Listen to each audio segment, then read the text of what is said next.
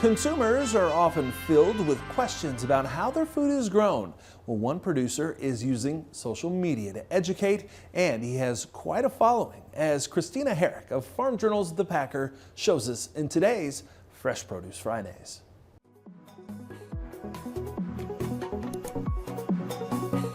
Hey guys, and welcome back to the channel. I'm so glad to have you here. Shay Myers, a third-generation grower, is better known as Shay Farm Kid on Instagram, YouTube, X, and TikTok. And while he said he never expected to be in front of the camera, the CEO of the Parma, Idaho-based Oahe Produce said he learned early on about the farm and fork divide and how misunderstood agriculture was. Myers said a localized snowstorm in the winter of 2016 started him down the path of communicating what was happening on his family's farm visually. Hey guys, we're back in the asparagus field. We're going to look at what happens when he realized quickly the value of sharing what happened to Oahe's large customer base through video, and his foray into social media soon progressed from there.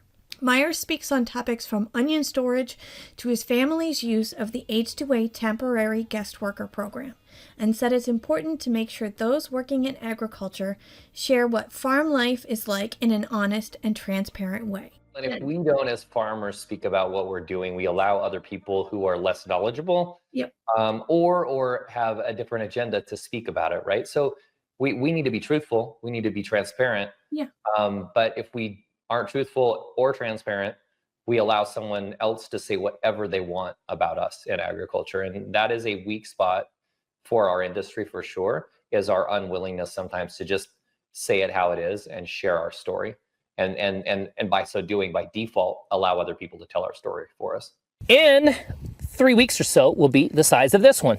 So for those curious about how to get started with social media, Myers said don't worry about being perfect.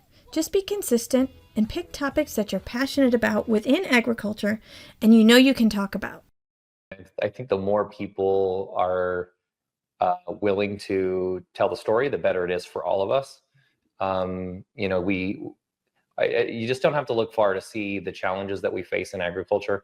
And we got a little bit of reprieve.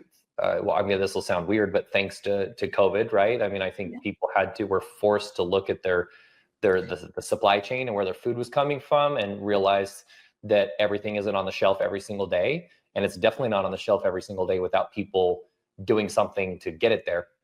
But that little boost in transparency or in understanding is quickly fading.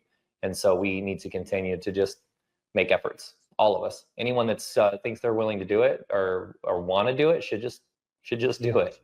Reporting for AgDay, I'm Christina Herrick with The Packer. All right, thanks, Christina. Up next, the gift of giving in North Carolina. We'll meet a woman giving her best to help with recovery efforts in the state, her inspiring efforts of selflessness in the country.